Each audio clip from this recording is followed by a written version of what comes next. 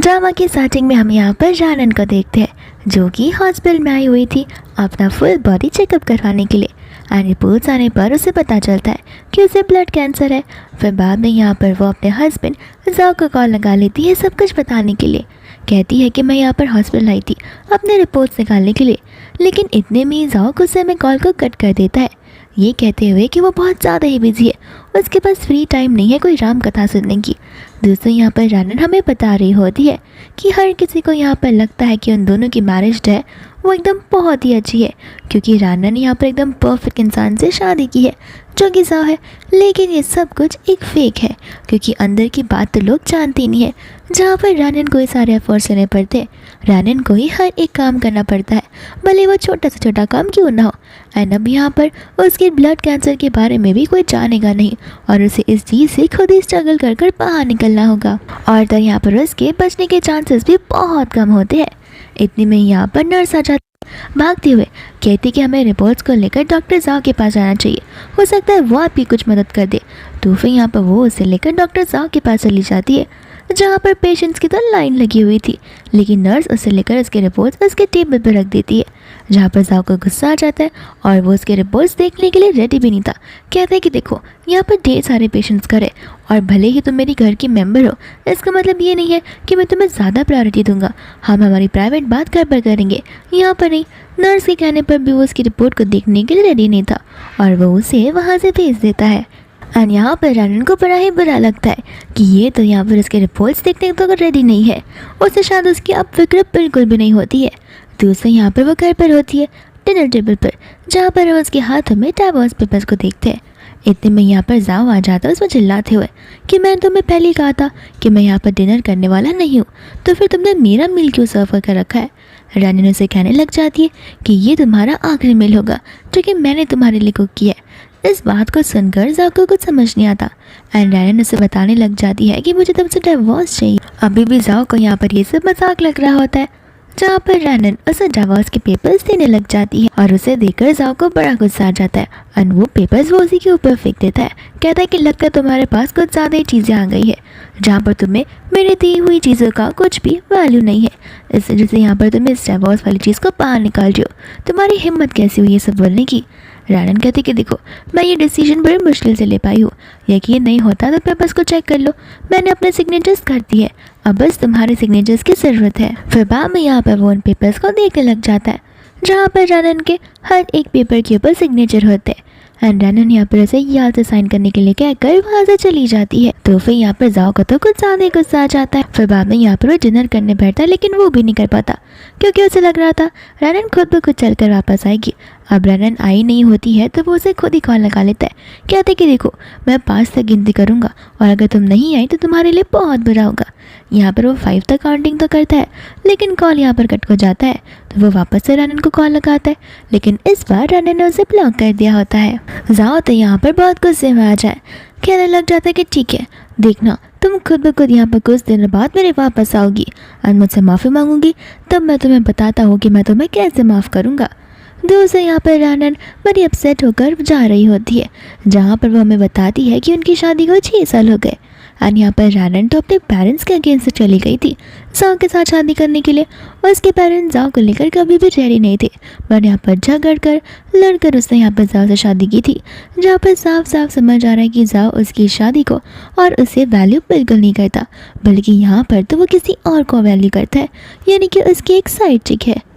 फिर बाद में यहाँ पर वो ठान लेती है कि इतने सालों से वो अंधेरे में जी रही थी, लेकिन अब टाइम आ चुका है जहाँ पर उसे अपनी आंखों को खोल देना चाहिए। फिर यहाँ पर वो वेडिंग रिंग को निकाल कर उस रिवर के ऊपर फेंक देती है। फिर बाद में यहाँ पर उसके हेड में थोड़ा सा पेन होना शुरू हो जाता है, क्योंकि वो जो ब्लड था वो फिलहाल उसके ब्रेन तक पहुँच रहा था। इतने में यहाँ पर उसे उसकी बड़ी बहन का कॉल आता है। तो फिर यहाँ पर उसकी बड़ी बहन लिली उसे कहने लग जाती है कि मुझे पता चल गया है कि तुम्हें कैंसर हो गया है। फिर बाद में यहाँ पर वो उसे सारी बातें बताने लग जाती है कि उसने जाओ के साथ में डिवोर्स ले लिया है, जहाँ पर उसकी बहन को ये सारी चीज़ें सुनकर यकीन तो बिल्कुल नहीं होता। साथ साथ यहाँ पर जानन कुछ ज़्यादा ही वीक पड़ गई थी, जिस वजह से वो वहीं पर बेहोश हो जाती है अपनी बहन से हेल्प मांगते हुए। फिर जब वो होश में आती है तब यहाँ पर वो अपने घर पर थी, जहाँ पर उसकी बहन उसे लेकर बहुत ज़्यादा अपसेट थी। फिर बाद में यहाँ पर रानन उसे उसके कैंसर के बारे में बताना शुरू कर देती है, जहाँ पर उसकी बहन को समझ नहीं आ रहा होता है कि एंड स्टेज पर आकर इसे ये सब कैसे पता चला है। तो फिर यहाँ पर वो बताने लग जाती है कि जो डिजीज़ है उसे कोई क्योर नहीं कर सकता, इसमें मेरे ज़िंदा रहने के चांसेस 1% से भी बहुत ज़्यादा कम है। फिर बाद में यहाँ पर उसके सर में और भी ज़्यादा पेन होने लगता है, जहाँ पर वो अपने बैग से फटाक से मेडिसिन को निकालने लग जाती है, लेकिन वो मेडिसिन का डिब्बा तो ऑलरेडी खत्म हो चुका था। तो फिर यहाँ पर भी वो बेहोश हो जाती है। फिर इसके बाद में हम यहाँ पर जाओ को देखते हैं, जो कि अपने कैबिन में होता है और तो यहाँ पर उसे बार बार अपने ईयर्स के यहाँ पर इचिंग हो रही थी। इतने में वहाँ पर एक और डॉक्टर आता है, जो कि आती उसे उसके सर्जरीज का शेड्यूल लेने लगता है। तो फिर यहाँ पर वो शेड्यूल्स को पेपर पर रख देता है।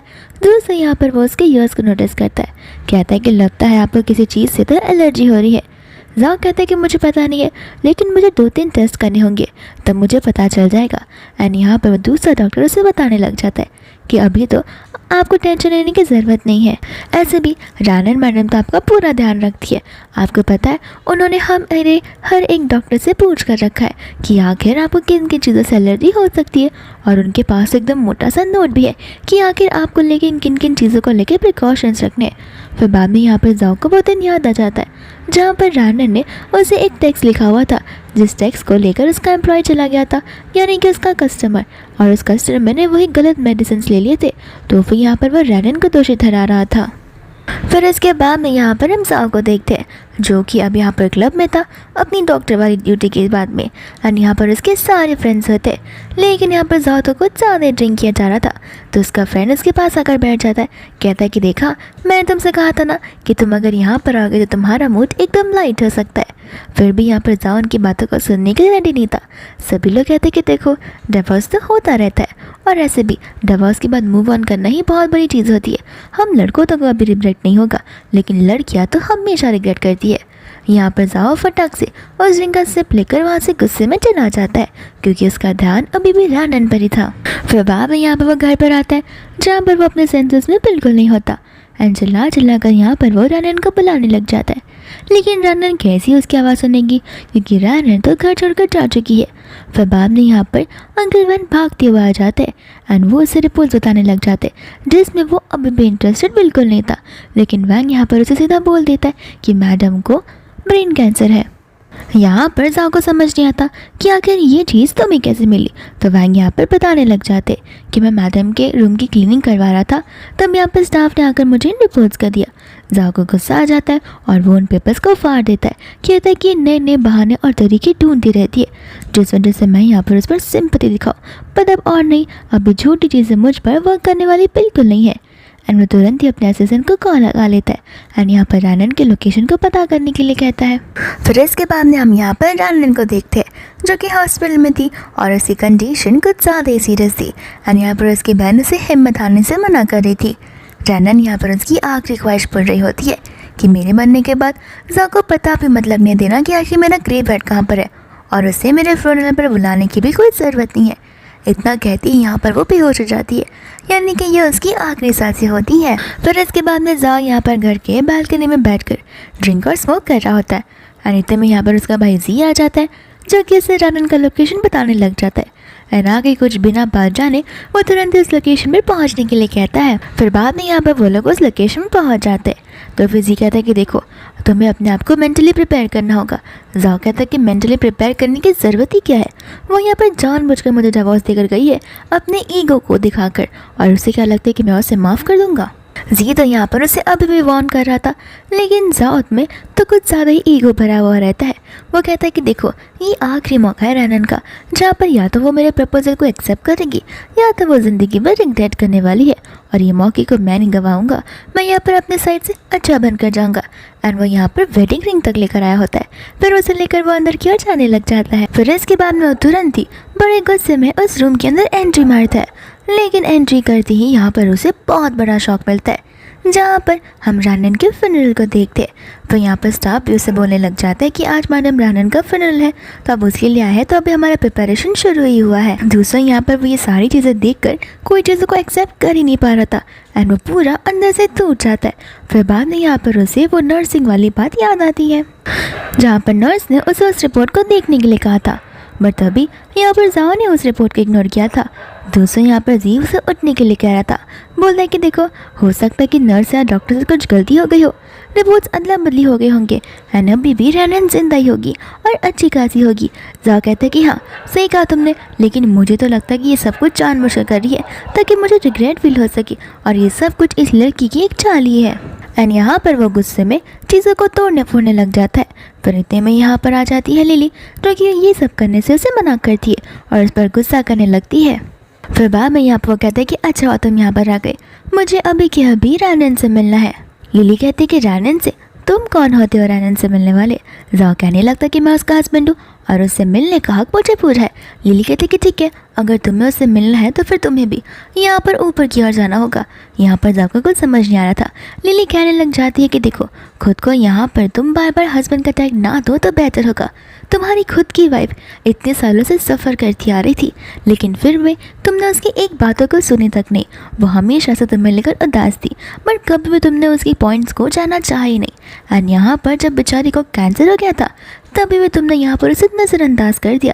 फिर बाद में यहाँ पर जाओ को कैंसर की बात याद आती है। वो कहता है कि नहीं, इसे कैंसर तो हो ही नहीं सकता, ये तो कितनी ज़्यादा हेल्दी थी।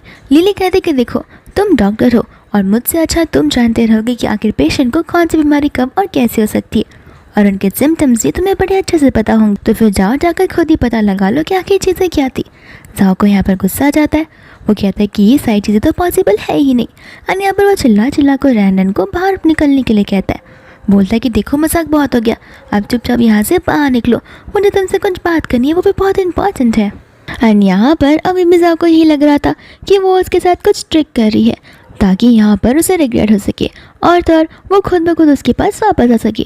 यहाँ पर जी उसे कंसोल करता है, कहता है कि देखो, अब हमें यहाँ पर समझ जाना चाहिए, क्या पता सच में वो यहाँ पर इस दुनिया में ना हो तो। जाओ कहता है कि ऐसा हो ही नहीं सकता है, वो ये सब कुछ जानबूझकर करी है, मुझे अच्छे से पता है कि वो कितनी ज़्यादा चालाक लड़की है। एंड यहाँ पर वो चीज़ों को फेंकने के लिए आगे बढ़ता है, लेकिन लिली यहाँ पर उसे रोकने लग जाती है। लिली कहती है कि आखिर तुम करना क्या चाहते हो? जाओ कहता है कि देखो, मुझे उसका कॉफिन देखना है, उसके बाद ही यहाँ पर मैं यकीन कर पाऊंगा कि वो इस दुनिया में नहीं है। लिली कहते कि अरे वाह, जब वो जिंदा थी तभी तो तुम्हें उसकी फिक्र हुई नहीं, और अब मरने के बाद इतनी सिंपैथी क्यों दिखा रहे हो? ऐसा ड्रामा क्यों क्रिएट कर रहे हो क्या ताकि लोगों को लगे कि तुम कितने परफेक्ट हस्बैंड हो? लोगों को तो असल में यहाँ पर अंदर की स्टोरी पता भी नहीं थी। जाओ यहाँ पर कहता है कि देखो, चुपचाप मुझे यहाँ पर उसका वो कॉफिन बता दो, उसके बाद मैं तुम पर बिलीव करने लग जाऊँगा। लेकिन लिली ऐसा करने से मना कर देती है। जाओ खुश हो जाता है, कहता है कि देखा, अब तो मैं पक्का जानता हूँ कि अभी भी रैनन जिंदा ही है, तुम लोग जानबूझकर मिलकर ये सभी लोग नाटक कर रहे हो। फिर वो खुद ब खुद यहाँ पर कॉफिन के पास चला जाता है, जहाँ पर कॉफिन तो होती ही नहीं है, और वो बहुत खुश हो जाता है। एनजी से कहता है कि देखा, मैंने तुम्हें कहा था कि ये दोनों बहनों की मिली हुई चाल है, ये लोग जानबूझकर मेरे साथ ये सब कर रहे हैं। फिर इसके बाद यहाँ पर चिल्ला चिल्ला कर रैनन को बाहर निकलने के लिए कहता है, कहीं पर भी वो छुपी हो। लेकिन यहाँ पर जैसे वो 3 तक काउंट करता है वैसे ही कोई नहीं आता, बट पीछे से यहाँ पर स्टाफ एक बॉक्स को लेकर आ जाते हैं जिसके अंदर रैनन के एशेस होते हैं। फिर बाद में यहाँ पर उसकी बहन यानी कि लिली उस बॉक्स को ले लेती है एंड यहाँ पर वो जाओ से कहने लग जाती है कि देखो, अभी भी तुम्हारे पास आखिरी मौका है, तुम यहाँ पर इसके एशेस से उससे माफ़ी मांग सकते हो ताकि एटलीस्ट उसके सोल को तो पीस मिले। और यहाँ पर ज़्यादा नाटक करना बंद करो और अभी तुम एक्सेप्ट कर लो कि रैनन अब इस दुनिया में नहीं रही है। फिर भी यहाँ पर जाओ को उन चीज़ों पर भरोसा नहीं होता। अभी भी जाओ यहाँ पर पागलों की तरह रैनन को बाहर निकलने के लिए कह रहा था। तो फिर यहाँ पर लिली बोलने लगती है कि देखो, नाटक करना तो यहाँ से बाहर निकल कर करो, मेरी बहन को यहाँ पर डिस्टर्ब मत करो तो बेटर हो। और ऐसे भी जब वो जिंदा थी तब तो तुमने उसकी फिक्र जरा से भी नहीं की, उसने एंड टाइम पर भी तुम्हें बताने की बहुत कोशिश की, लेकिन यहाँ पर तुम हमेशा से उसे इग्नोर करते हो। एंड जब यहाँ पर वो इमरजेंसी वार्ड में थी तब उसने तुम्हें कॉल लगाने की कितनी कोशिश की, लेकिन नहीं, तुम तो तुम्हारी साइड लवर के साथ थे ना, जो कि यहाँ पर बीमार होने का नाटक कर रही थी। तुम्हें रैनन अपनी वाइफ से भी ज़्यादा फिक्र यहाँ पर किसी और की है, तुम्हें तो खुद पर शर्म आनी चाहिए। लिली यहाँ पर कहती है कि जाने से पहले अपना गिफ्ट लेते जाना, रैनन यहाँ पर तुम्हारे लिए गिफ्ट देकर गई है। फिर बाद में यहाँ पर वो मैरिज सर्टिफिकेट को दिखाने लग जाती है जिसके अंदर डाइवोर्स सील वाले स्टैम्प्स होते हैं। ये चीज़ देखकर अभी भी जाओ को यकीन नहीं हो रहा होता है। जाओ कहता है कि तुम कुछ भी कर लो या कुछ भी कह लो, मैं यहाँ पर कुछ भी करके रैनन को ढूंढ निकालेगा। फिर बाद में यहाँ पर वो लोग बाहर क्यों निकलते, जहाँ पर वो अपने असिस्टेंट को रैनन का लोकेशन तुरंत ही फाइंड करने के लिए कह देता है। बाद में वो कार के अंदर बैठ जाता है। असिस्टेंट भी यहाँ पर कंफ्यूज होकर जिसे पूछने लग जाता है कि आखिर बॉस को क्या हो गया। कभी बॉस यहाँ पर अपनी वाइफ को लेकर इतना केयर नहीं किए जितना कि वो आज कर रहे। जी यहाँ पर कहने लग जाता है कि देखो, हमें उस चीज़ की वैल्यू तभी पता चलती है जब वो हमसे दूर हो जाती है। तो बस वही हो रहा है, तो जितना दिया गया है सिर्फ उतना काम करो। फिर इतने में यहाँ पर हम लिली को देखते जिसे हॉस्पिटल से कॉल आ जाता है एंड वो लोग यहाँ पर कहने लग जाते हैं कि आपकी बहन अब होश में आ चुकी है। फिर लिली तुरंत ही हॉस्पिटल चली जाती है जहाँ पर हम रानन को देखते। इसका मतलब ये होता है कि रानन अभी भी जिंदा है एंड यहाँ पर लियो भी उनके साथ मौजूद था। रानन को तो लग रहा था कि उसकी डेथ हो गई है। लिली कहती कि इतना जल्दी नहीं, मैं तुम्हें इतना जल्दी मुझसे दूर होने नहीं देने वाली, वरना मेरे साथ झगड़े कौन करेगा। फिर बाद में यहाँ पर वो लियो को देखती है, लेकिन लियो को देखकर वो उसे पहचान नहीं पाती एंड यहाँ पर लिली उसे उसके बारे में बताने लग जाती है जहाँ पर उसने ही रानन की जान को बचाया था एंड रानन भी यहाँ पर उसे थैंक यू बोलती है। फिर बाद में हम यहाँ पर जाओ को देखते जो कि बहुत ज़्यादा ड्रिंक और स्मोक कर रहा होता है अपने घर के कैबिन में बैठकर। फिर इतने में यहाँ पर वो डॉक्टर आ जाता है जो कि आकर उसे यहाँ पर रानन के रिपोर्ट देने लग जाता है एंड रानन ने यहाँ पर कौन कौन से चेकअप करवाए थे उन सारी की सारी चीज़ों की डिटेल वो उसे दे देता है। पर यहाँ पर वो रानन के करंट हॉस्पिटल और पोस्ट हॉस्पिटल जहाँ पर उसने अपना ऑपरेशन करवाया था वो सारी चीज़ें पता करने के लिए बोल देता है एंड उसकी वहाँ से जाने के बाद यहाँ पर सबको हेल्यूसिनेशन होने लगता है जहाँ पर वो रानन को देख पा रहा था, लेकिन रानन फिर अचानक से गायब हो जाती है एंड यहाँ पर वो सोचने पड़ जाता है कि आखिर रानन जा ही कहाँ सकती है। फिर इसके बाद में हम यहाँ पर रानन को देखते जो कि सो रही होती है एंड सोते सोते यहाँ पर उसे पूरा सपना आता है, यानी कि एक नाइटमेयर जो कि यहाँ पर होता है जाओ का एंड यहाँ पर वो जाओ की हर एक नेगेटिव मोमेंट्स को याद कर रही होती है जहाँ पर जाओ ने स्टार्टिंग से लेकर एंड तक उसे इग्नोर ही किया हुआ है, भले वो यहाँ पर उसकी फैमिली के साथ हो या फिर और भले ही वो सारी चीज़ें उसके यहाँ पर फ्रेंड्स के सामने हो। यहाँ तक कि वो सभी लोग एक रेस्टोरेंट में गए थे जाओ के बर्थडे को सेलिब्रेट करने के लिए जहाँ पर रानन भी केक लेकर आ रही थी। फिर बाद में यहाँ पर उसका फ्रेंड रानन के बारे में पूछता है तो फिर जाओ से कह देता है कि देखो, अगर वो नहीं आएगी तो बड़ी अच्छी बात है, मुझे यहाँ पर कम से कम शांति तो मिलेगी। एंड रानन यहाँ पर बाहर खड़ी होकर उसकी सारी बातों को सुन लेती है। फिर उसके बाद में वो उसकी नींद टूटते ही यहाँ पर वो लियो को देखती है जो कि एक बेबी के साथ में बात कर रहा होता है और लियो यहाँ पर उसे धीमी आवाज़ में बात करने के लिए कहता है ताकि रानन यहाँ पर उठ ना जाए, लेकिन इतने में रानन यहाँ पर कर्टन्स को हटा देती है और यहाँ पर उस बच्चे की मम्मा आकर उसे ले लेती है। बाद में यहाँ पर लियो से पूछने लग जाता है कि तुम तो कुछ ज़्यादा टाइम तक ही सो रही थी, कहीं तुम्हारी हेल्थ ठीक भी है या फिर नहीं। एंड रानन यहाँ पर कहने लग जाती है कि लिली मुझे बता रही थी कि तुमने मेरी जान को बचाया है। लियो कहता है कि छोड़ो बिना, तुम्हें क्यों लगता है कि मैं तुम्हारी जान को बचाया होगा, मैं कोई डॉक्टर थोड़ी ना हूँ। यहाँ पर रानन कहती है कि हाँ, लिली ने मुझे बताया है कि तुमने यहाँ पर बाहर से कई डॉक्टर्स को बुलाया था मेरे ऑपरेशन को ऑपरेट करने के लिए, जिसकी वजह से आज मैं यहाँ पर हूँ, वरना मैं शायद से इस दुनिया में होती भी नहीं। बाद में यहाँ पर लियो से समझाने लगता है कि देखो, अब जो हो गया उसे भूल जाओ, ऐसे भी मेन काम डॉक्टर्स का नहीं था, मेन काम तुम्हारा था। अगर पेशेंट यहाँ पर होप्स हार जाते तो डॉक्टर कुछ भी नहीं कर सकते, लेकिन तुमने एज ए स्ट्रॉन्ग पेशेंट बहुत अच्छे से अपना फ़र्ज़ निभाया, इस वजह से यहाँ पर डॉक्टर्स को भी हेल्प मिली है। फिर बाद में यहाँ पर वापस से रानन उसे थैंक यू बोलने लगती है जहाँ पर वो उसे स्वीट कैंडी देता है, कहता है कि तुम्हें डोपामाइन में हेल्प करेगा। साथ साथ वो छोटी सी बच्ची भी कहती है कि अंकल ने तो मुझे भी कैंडी दी है। फिर बाद में हम यहाँ पर जाओ को देखते हैं जो कि अभी भी अपने कैबिन में ही होता है। इतने में वहाँ पर दूसरा डॉक्टर आकर उसे घर जाकर सोने के लिए कहता है, क्योंकि यहाँ पर वो किस दिनों तक सो भी नहीं पाया। जाओ कहता है कि नहीं, घर मेरे लिए एक हेल बन चुका है। जहाँ पर मैं घर के अंदर घुसता हूँ तो मुझे रानन की आवाज़ सुनाई देती है, आवाज़ें तो छोड़ो, मुझे तो रानन दिखाई भी देती है, जहाँ पर मुझे खुद समझ नहीं आ रहा होता कि मैं हेलुसिनेट कर रहा हूँ या फिर ये सारी चीज़ें हकीकत में हो रही हैं। फिर बाद में यहाँ पर मैनेजर उसे रानन की कहानियाँ सुनाने लग जाता है कि किस तरह से यहाँ पर वो हमेशा जाओ की मदद किया करती थी, लेकिन जाओ ने शुरुआत से उसे इग्नोर किया और फिर उससे अपनी लवर पर फोकस किया। फिर इतने में यहाँ पर डोर ओपन होता है जहाँ पर वो खुश हो जाता है कि रानन आई होगी, लेकिन वहाँ पर रानन नहीं बल्कि उसकी लवर शीन आई होती है। शीन यहाँ पर बताने लग जाती है कि मैंने सुना है कि तुमने कुछ दिनों से ढंग से खाना नहीं खाया, इस वजह से देखो मैं तुम्हारे लिए एक मील प्रिपेयर कर लाई हूँ ताकि तुम अच्छे से खाना खा सको और हेल्दी रह सको। जाओ यहाँ पर कुछ भी खाने से मना कर देता है तो डॉक्टर यहाँ पर समझाने लगता है कि देखो, तुम भी एक डॉक्टर हो, मैं भी एक डॉक्टर हूँ, और यहाँ पर मुझे ज़्यादा तुम्हें समझाने की ज़रूरत नहीं है। प्रॉपरली टाइम पर मील खा लो वरना तुम्हारी हेल्थ पर इफेक्ट गिर सकता है। फिर बाद में यहाँ पर जाओ को 5 की बात आती है जहाँ पर वो रानन के साथ में लंच कर रहा था, जहाँ पर रानन ने खाने में गलती से थोड़ा सा नमक ज़्यादा कर दिया था, जिस वजह से यहाँ पर जाओ से बहुत चिल्ला रहा था। एंड चिल्लाते हुए वहाँ से उसे कहते हैं कि सारे खाने को फेंक देना वरना खुद ही खाकर मर जाना। इतना कहकर वो वहाँ से चला जाता है, जहाँ पर रैनन को उसकी बातों का बहुत बुरा लगता है। एंड हम तो यहाँ पर उसके हाथों पर भी नोटिस करते जहाँ पर कई सारे बैंडेजेस लगे हुए थे। इसका मतलब ये है कि वो अपने खाना बनाने की कोशिश पूरी तरीके से कर रही थी। एंड इतने टाइम बाद यहाँ पर जाओ को समझ आता है कि रैनन ने तो कभी लाइफ में कुकिंग की ही नहीं थी। हमेशा से घर पर स्टाफ हुआ करते थे, वो इतनी अमीर जो थी। लेकिन यहाँ पर जब उसने मेरे लिए कुकिंग करने की कोशिश की तो मैंने उसे समझाने के बदले यहाँ पर उसे बहुत ज़्यादा चिल्ला दिया था। मुझे ऐसा नहीं करना चाहिए था। बाद में यहाँ पर शीन अपना टिफ़िन बॉक्स ओपन करते हुए कहने लग जाती है कि देखो जाओ, उसे जाने दो, क्या पता वो गुस्से में हो यानी कुछ दिनों बाद वो खुद ब खुद यहाँ पर वापस आ जाए, क्योंकि अक्सर ऐसा ही हुआ करता है। उसकी बातों को इग्नोर करो और अपने मील को खाओ। बाद में यहाँ पर साथ जैसे उस मील को देखता है वो याद करने लग जाता है कि जब यहाँ पर वो पहली बार खाना देने के लिए आई थी तब सबसे पहले उसने यही बनाया था। फिर हमें यहाँ पर फ्लैशबैक का सीन भी दिखाया जाता है जहाँ पर जाओ अपने कलीग्स के साथ में था। एंड रैनन यहाँ पर टिफ़िन लेकर आ जाती है और उसे बताने लग जाते हैं कि उसे टिफ़िन बनाने में बहुत मेहनत लगी है और ये खाने में भी बहुत टेस्टी है और उसे सब कुछ चेक किया है। तो फिर यहाँ पर सभी लोग रैनन की तारीफ़ करने लग जाते हैं, कहते कि वाह जाओ, तुम तो बहुत ज़्यादा लकी हो कि यहाँ पर तुम्हें रैनन जैसी वाइफ मिली है जो कि यहाँ पर तुम्हारे मील्स का ध्यान रखती है और मील को लेकर यहाँ तक लिया जाती है। हमारी वाइफ्स को तो हमारी मील्स की पड़ी नहीं है, हमें हमेशा कैफेटेरिया में से खाना पड़ता है। बेटर होगा अगर तुम यहाँ पर उसके साथ में कुछ टाइम स्पेंड कर पाओगे। तो रैनन भी यहाँ पर खुश हो जाती है, लेकिन यहाँ पर जाओ बिल्कुल खुश नहीं होता। रैनन को यहाँ पर वो चिल्लाने लग जाता है, कहता है कि हॉस्पिटल है ना कि तुम्हारा घर, जहाँ पर तुम जब मन जाओ आ जा करती हो।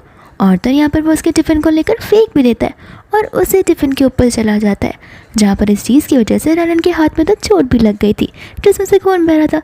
बट जाओ का अभी क्या ही फ़र्क पड़ता है, फ़र्क तो अब उसे पड़ रहा था, जहाँ पर वो ये सारी चीज़ें करने पर बहुत रिग्रेट कर रहा था और उसे अब समझ आ रहा है कि वो इस चीज़ को भी लेके गलत था। एंड यहाँ पर वो ठान लेता है कि एक बार अगर रैनन उसे मिल गई तो फिर वो रैनन को ये सिचुएशन एक्सप्लेन करेगा और उसे माफ़ी तक मांगेगा। इतने में यहाँ पर जी आ जाता है और कहता है कि मुझे रैनन के बारे में इन्फॉर्मेशन मिल गई है, जहाँ पर शीन गुस्सा आ जाती है। तो फिर जाओ खुश हो जाता है, लेकिन जी यहाँ पर उस इन्फॉर्मेशन को देने से पहले उसे मेंटली प्रिपेयर होने के लिए कहता है। एंड वो रैनन को लेकर कोई इन्फॉर्मेशन नहीं बल्कि एक लीगल डॉक्यूमेंट होता है जो कि उसका डेथ सर्टिफिकेट था। और उसे देखते ही यहाँ पर जाओ तो पूरा पगला ही जाता है, जहाँ पर वो कहता है कि ये सब पॉसिबल ही नहीं है। तो फिर यहाँ पर वो जाने वाला था, लेकिन यहाँ पर शीन होती है जो कि उसे पीछे से हक करने लग जाती है, कहती कि देखो रैनन की क्या ज़रूरत है, अब तो वो चली भी गई है, मैं तुम्हारे साथ रहूँगा, मैं तुम्हारा साथ दूँगी एकदम अच्छे से। लट फिर भी यहाँ पर वो उसकी बातों को कुछ नहीं सुनता और तो वो वहीं पर बेहोश हो जाता है, जहाँ पर वो सभी लोग चिल्ला चिल्ला कर एक वेंटिलेटर को मंगाने लग जाते हैं। फिर बाद में यहाँ पर रैनन अपने रूम से बाहर निकलती है एंड दूसरे यहाँ पर बेड पर जा रहा होता है जाओ, जहाँ पर वो उसे देख नहीं पाती। फिर बाद में यहाँ पर लियो बैठा हुआ होता है, तो फिर यहाँ पर वो लियो को सारी अरेंजमेंट्स करने के लिए थैंक यू बोलने लग जाती है। लियो कहता है कि देखो जब तक तुम मेरे साइड हो तब तक तुम्हें कुछ भी नहीं हो सकता। फिर यहाँ पर वो उसे पूछता है कि क्या तुम मैजिक में बिलीव करती हो। रैनन कहती कि नहीं, तो लियो बोलता है कोई बात नहीं, अब तुम्हें बिलीव हो जाएगा। एंड यहाँ पर वो उसे अपनी आंखें बंद करने के लिए कहता है और आंखें बंद होते ही वो तुरंत ही उसके सामने एक फ्लावर का बुके रख देता है, जहाँ पर रैनन को वो चीज़ बड़ी पसंद आती है। एंड यहाँ पर वो रैनन से प्रॉमिस करता है कि वो रैनन के साथ फॉर एवर रहेगा, यानी कि वो उसे हमेशा प्रोटेक्ट करेगा और इसी का साइड लेगा। फिर बाद में हम यहाँ पर जाओ को देखते जो कि यहाँ पर हॉस्पिटल के टेरेस पर होता है। एंड वो भी यहाँ पर वो ड्रिंक कर रहा था, जहाँ पर उसे रैनन का वापस से हेलुसिनेशन होने लगता है। एंड इस बार यहाँ पर वो अपने इमेजिनरी वर्ल्ड में होता है, जहाँ पर वो और रैनन एक दूसरे को हक कर रहे थे। एंड रैनन को हक करते यहाँ पर वो रो देता है।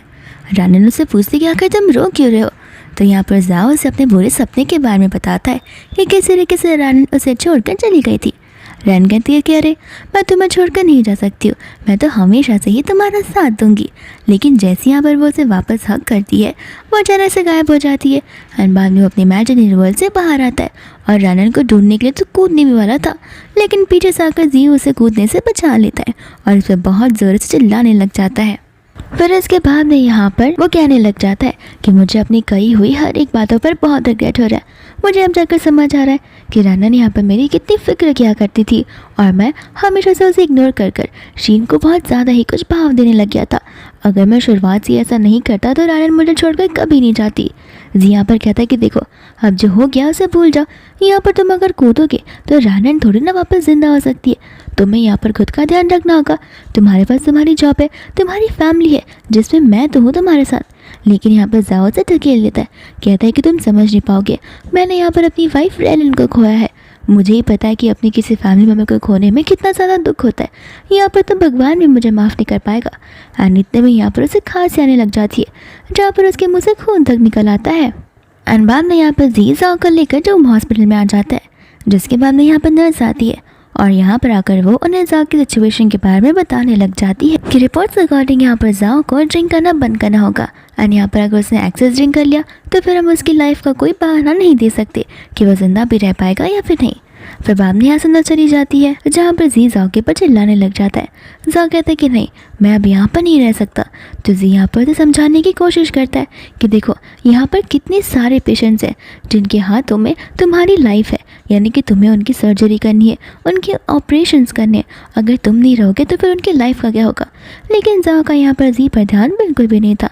वो उसे कहता है कि मैं मेरी कंपनी का जितना शेयर्स होगा वो तुम्हारे और मेरी सिस्टर और मेरे घर वालों के नाम कर दूंगा, मुझे इन सब की कुछ ज़रूरत नहीं है। जी यहाँ पर उसे इन सब चीज़ों से बाहर आने के लिए कहता है। जी कहता है कि ठीक है, कर दो मेरे नाम पे, बाद में मैं यहाँ पर तुम्हारे शेयर्स को एकदम लोएस्ट प्राइस में सेल कर दूंगा, बाद में तुम स्टेज पर भटकते रह जाना। जाओ कहता है कि ठीक है, मैं स्टेज पर भटक लूँगा, वही मेरी सजा होगी। एंड यहाँ पर मैं अपनी लाइफ को बड़ी बुरी तरीके से जीऊँगा, तब जाकर यहाँ पर रेलन की आत्मा को शांति मिलेगी। इतने में वो डॉक्टर भागता हुआ आ जाता है, कहता है कि शायद से रेलन अभी भी जिंदा हो सकती है। मैंने उसकी बहन को देखा था, कल आकर यहाँ पर वो कुछ तो वेरिफिकेशन कर गई है, और वेरिफिकेशन उनका ही होता है जिनका चेकअप हुआ होता है। तो मुझे लगता है कि अभी भी उसका जिंदे रहने के चांसेस बहुत ज़्यादा है। आने बात सुनते ही यहाँ पर जा जो है बहुत ज़्यादा ही खुश हो जाता है। वो कहता है कि मुझे जाकर रेलन को ढूंढना ही होगा। फिर बाद में यहाँ पर जियो से जाने से मना करता है, कहता है कि देखो तुम्हारी हालत फ़िलहाल ठीक नहीं है तो तुम्हें यहाँ से अभी नहीं जाना चाहिए। जाओ कहता है कि नहीं, मुझे उसको ढूंढना होगा, वही मेरी बात सुनकर रहेगी, उसके बाद वो मेरे पास वापस आ सकेगी। और यहाँ पर वो सॉक्स में ही अपने रूम से भाग जाता है। फिर बाद में यहाँ पर हम जाओ को देखते हैं, जो कि यहाँ पर वॉरर ग्रुप वाली कंपनी के बाहर इंतज़ार कर रहा होता है। इतने में यहाँ पर लियो आ जाता है, तो लियो यहाँ पर उससे गाड़ी को हटाने के लिए कहता है, क्योंकि कंपनी के बाहर पार्किंग स्लॉट बिल्कुल नहीं होते। जाओ कहता है कि रुको, मुझे तुमसे कुछ इंपॉर्टेंट सवाल पूछना है। और यहाँ पर वो उसे रेलन के बारे में पूछने लग जाता है। तो फिर लियो हंसने लगता है, कहता है कि तुम्हारी वाइफ के बारे में आखिर तुम किसी और से मैन से क्यों ही पूछ रहे हो। जाओ बोलता है कि देखो, नाटक करने की ज़रूरत नहीं है, मुझे अच्छे से पता है कल लिली आई थी, एंड लिली के साथ में तुम भी मुझे दिखे थे, जहाँ पर तुमने वेरिफिकेशन करवाया था अपना। तो फिर तुमने रेलन को कहाँ छुपा कर रखा है, चुपचाप मुझे बस बता दो। मुझे पता है वो अपनी डेथ का नाटक कर रही है, ताकि मैं यहाँ पर बहुत उदास हो पाऊँ। यहाँ पर लियो से किसी सवाल का जवाब देने के लिए रेडी नहीं था। जाओ कहता है कि देखो, मुझे पता है 10 साल पहले से तुम दोनों साथ में थे, तो फिर तुम्हें तो उसके लिए फीलिंग्स कुछ ना कुछ होकर ही रहेंगी। लियो बोलता है जो सोचना है सोच लो, लेकिन मुझे तुम्हारी वाइफ के बारे में क्या ही पता होगा।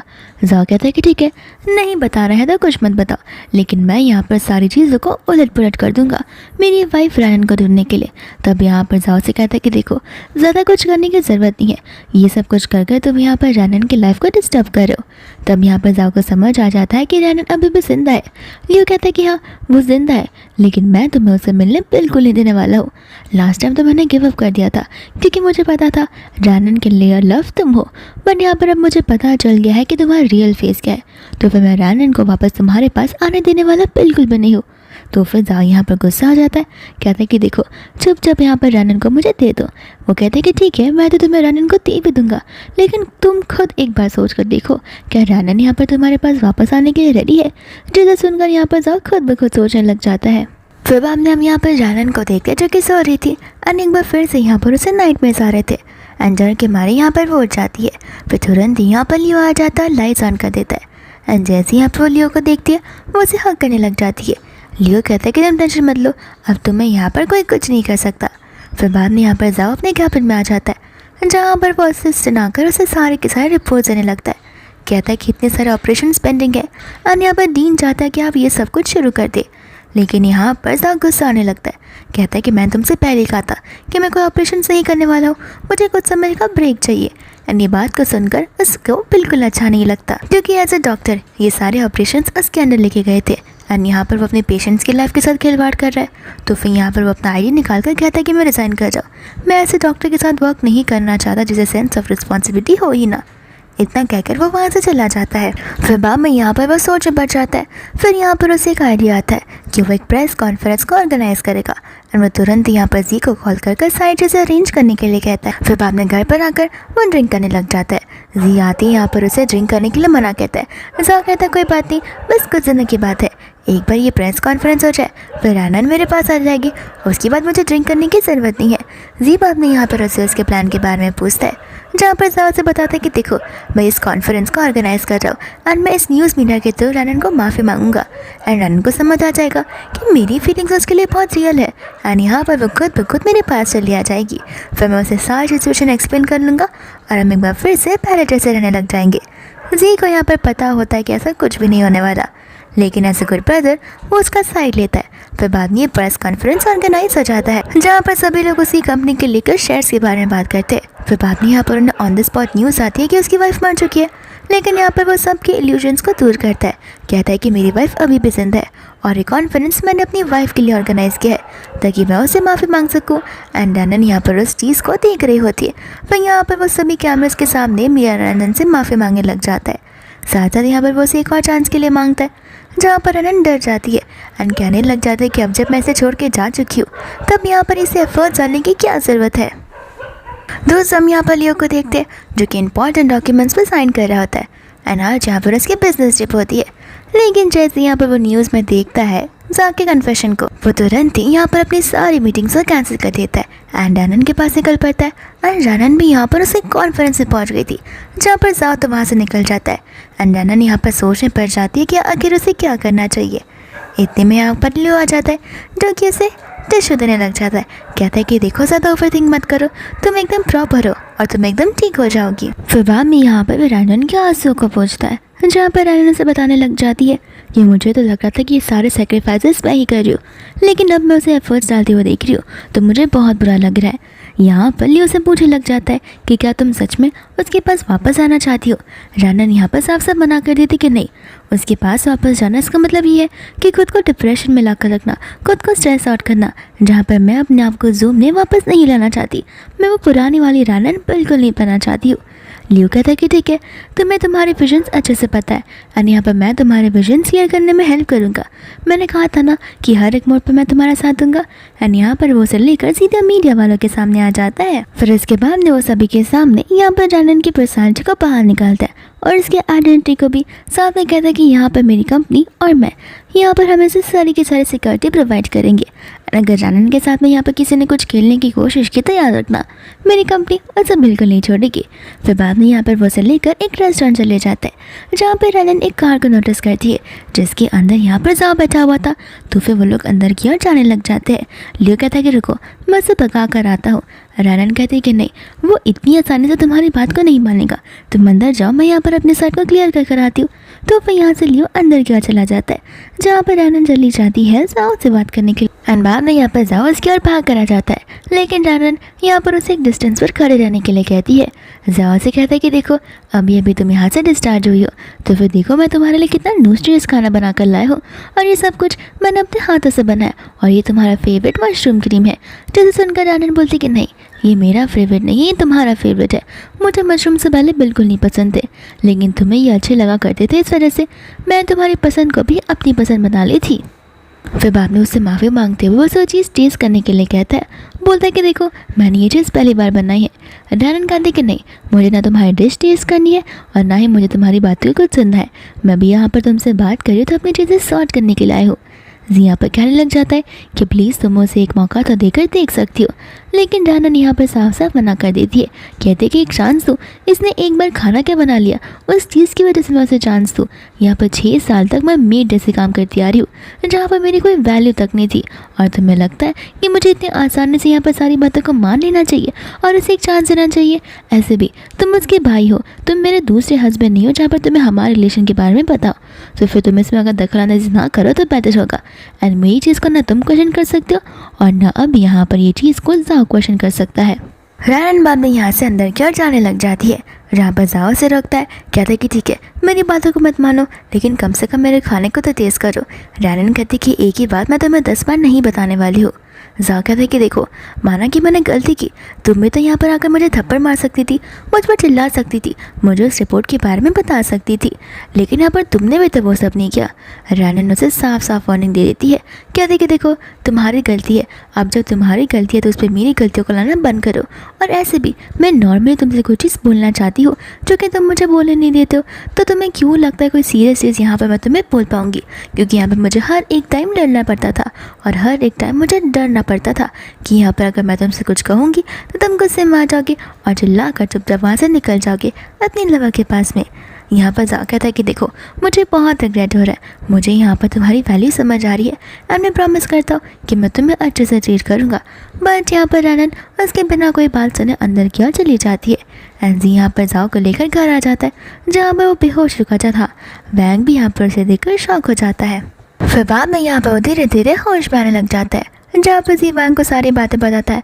वैंग भी यहाँ पर उसे चीज़ों के लिए उपदुआने लग जाता है, कहता है कि शुरुआत से आपने मैडम को इस तरीके से इग्नोर किया है तो एक ना एक दिन ये सब तो होना ही था। मैंने आपको शुरुआत में ये बात समझाने की कोशिश की थी, लेकिन आपका ध्यान तो था ही नहीं। फिर बाद में यहाँ पर जी उसे कहता है कि देखो मैं यहाँ पर रैनन की बात को समझ सकता हूँ, मुझे पता है कि तुम कितने वर्कहॉलिक हो, लेकिन वर्कहॉलिक होने के बाद भी तुम्हें यहाँ पर शीन के लिए टाइम था, बट रैनन के लिए टाइम बिल्कुल नहीं था। ये तो बहुत गलत बात है। रैनन तुम्हारी वाइफ है तो सबसे पहले यहाँ पर तुम्हें उसे प्रायोरिटाइज करना चाहिए था। एंड यहाँ पर तुम्हें सर्टिफिकेट लिए हुए 6 साल हो गए, बट अभी तक तुमने तो एक वेडिंग भी ऑर्गेनाइज नहीं की है। फिर बाद में यहाँ पर उसे एक आइडिया आता है। सौ कहता है कि ठीक है, अब मैं ग्रैंड वेडिंग को ऑर्गेनाइज करूँगा जैसे कि रैनन हमेशा से चाहती थी। फिर देखना वो ज़रूर मेरे पास वापस आ जाएगी, वो ज़रूर मुझे एक मौका देने के लिए रेडी हो जाएगी। एंड बाद में यहाँ पर वो उन्हें सारे प्रिपरेशंस करने के लिए कह देता है। फिर बाद में यहाँ पर नेक्स्ट डे वो रैनन के विला तक पहुँच जाता है, जहाँ पर वो उसे रोककर माफ़ी मांगने लग जाता है। लेकिन यहाँ पर रैनन उसकी बातों को सुनने के लिए रेडी नहीं थी, तो वो उसे यहाँ पर हाथ पकड़ने लग जाता है। एंड रैनन यहाँ पर उसे थप्पड़ी मार देती है। जाओ कहता है कि देखो मैंने अपनी गलतियों को रियलाइज़ कर दिया, अब इससे ज़्यादा मैं और क्या ही कर सकता हूँ। रैनन कहती कि जब गलतियाँ थी तब रियलाइज़ करना चाहिए था, अब जब सारी चीज़ें ख़त्म हो चुकी है तो ये सब नाटक कर कर क्या ही मिलेगा। जाओ कहता है कि मुझे एक अच्छी लाइफ मिल सकती है अगर तुम यहाँ पर मेरी लाइफ में वापस आ जाओगी तो। रैनन कहते हैं कि तुम्हारी लाइफ अच्छी बन जाएगी, लेकिन मेरी लाइफ, मेरी सेल्फ रिस्पेक्ट, सब कुछ यहाँ पर कीचड़ में चला जाएगा सिर्फ और सिर्फ एक डिसीजन की वजह से। बाद में यहाँ पर जाओ से हक करने लगता है, जहाँ पर रैनन उसे दूर कर रही थी, लेकिन उसके पास इतनी पावर तो थी नहीं। तो फिर यहाँ पर लियो आ जाता है, जो आते ही यहाँ पर उसे पंच मार देता है। जाओ भी यहाँ पर लियो को पंच मारने वाला था, बट रैनन उस पर चिल्लाती है और उसे रोक देती है। दूसरे यहाँ पर रैनन को चक्कर आने लगता है, जहाँ पर लियो उसे गुस्से में वहाँ से भगा देता है। फिर बाद में यहाँ पर लियो चला जाता है घर पर, जहाँ पर वो वैंग को सारी प्रिपरेशंस जल्द से जल्द ख़त्म करने के लिए कहता है, वो भी 2 दिनों के अंदर। दूसरा यहाँ पर जाओ होता है घर पर, जहाँ पर वो रैनन को आराम करने के लिए कहता है। एंड साथ साथ यहाँ पर उसके पास रैनन के रिपोर्ट्स आ जाते हैं, जहाँ पर डॉक्टर उसे बताते हैं कि रैनन के पास सचमुच समय बहुत कम बचा है। उसका जो ब्रेन है वो डिस्ट्रेस होता जा रहा है, जिस वजह से उसके पास जीने के लिए बहुत कम समय बचा है। ये समय तो कुछ 5 दिन से भी कुछ ज़्यादा ही होगा। यहाँ पर उसकी जान कब जा सकती है हम कुछ नहीं कह सकते। फिर जैसे ही यहाँ पर वो घर पर आता है, वो रैनन को ड्रिंक करते हुए देखता है। रैनन कहती कि देखो मुझसे कुछ छिपाने की कोई ज़रूरत नहीं है, मुझे पता है कि मेरी बॉडी इतनी सारी स्ट्रेस नहीं ले पाएगी, और रही बात मेरी डिजीज़ की तो वो क्योर कर पाना बहुत मुश्किल है। भले ही हम उस चीज़ को टाल सकते हैं, लेकिन वो चीज़ अब बहुत ही ज़्यादा वर्स हो रही है। तो फिर अगर तुम कोई भी डॉक्टर को बुला भी लोगे किसी और प्लैनेट से तो वो ठीक नहीं होने वाला है। यहाँ पर लियो से माफ़ी मांगने लगता है, वो भी 7-8 साल पहले की माफ़ी, जहाँ पर उसने रैनन को लेट गो किया। यानी कि जब रैनन को यहाँ पर जाओ पसंद था तब लियो ने यहाँ पर अपनी फीलिंग्स को कन्फेस नहीं किया था। रैनन कहते कि इसमें तुम्हारी क्या गलती है, मुझे पहले यहाँ पर लोगों को समझ लेना चाहिए था, उनकी पर्सनालिटी को भी, लेकिन यहाँ पर मैंने गलत इंसान को मौका देकर रखा है। फिर बाद में यहाँ पर लियो से कंसोल करने लग जाता है, जहाँ पर रैनन उसकी बाहों में यहाँ पर बेहोश हो जाती है, लेकिन वो बेहोश नहीं बल्कि उसकी वो आखिरी सांसें होती है। एंड इस बार ये कोई नाटक नहीं बल्कि रियलिटी होती है। फिर बाद में यहाँ पर वो कॉल कर उसके फ्यूनरल को ऑर्गेनाइज कर देता है। दोस्तों यहाँ पर जाओ का भी वेडिंग प्रिपेयर हो जाता है, वो बड़ा खुश था। एंड जैसे ही यहाँ पर वो बाजू वाली बिल्डिंग में जाता है तो वैसे ही यहाँ पर वो रैनन की फ़ोटो को देखता है, जो कि ब्लैक एंड वाइट में थी, जिसे लेकर यहाँ से जाओ जा रहा था। और ऐसे ही कॉफिन को देखते वो पूरा डिवास्टेटेड हो जाता है एंड ज़मीन पर गिर कर रोने लग जाता है और रैनन को ज़ोर ज़ोर से बुलाने लग जाता है। फिर बाद में यहाँ से रैनन की बॉडी जाती है तो दूसरे यहाँ पर उसे खून की उल्टियाँ भी होती है। फिर हम इसके बाद में सीधा कुछ महीनों के बाद का सीन देखते हैं, जहाँ पर जाओ अभी भी रैनन की फ़ोटो के साथ ही अपने घर पे बैठा हुआ था। उसने सारे कर्टन्स लगा दिए थे, न लाइट ऑन थी ना कुछ, एंड बॉटल्स तो इतनी पड़ी थी कि जैसे वो कुछ ज़्यादा रिग्रेट कर रहा हो। एंड यहाँ पर धीरे धीरे वो डिप्रेशन में आ जाता है, जहाँ पर वो सिर्फ और सिर्फ रैनन के बारे में ही सोच रहा था। एंड ये ड्रामा इसी तरह अननोइंगली एंड सैडली यहीं पर खत्म हो जाता है।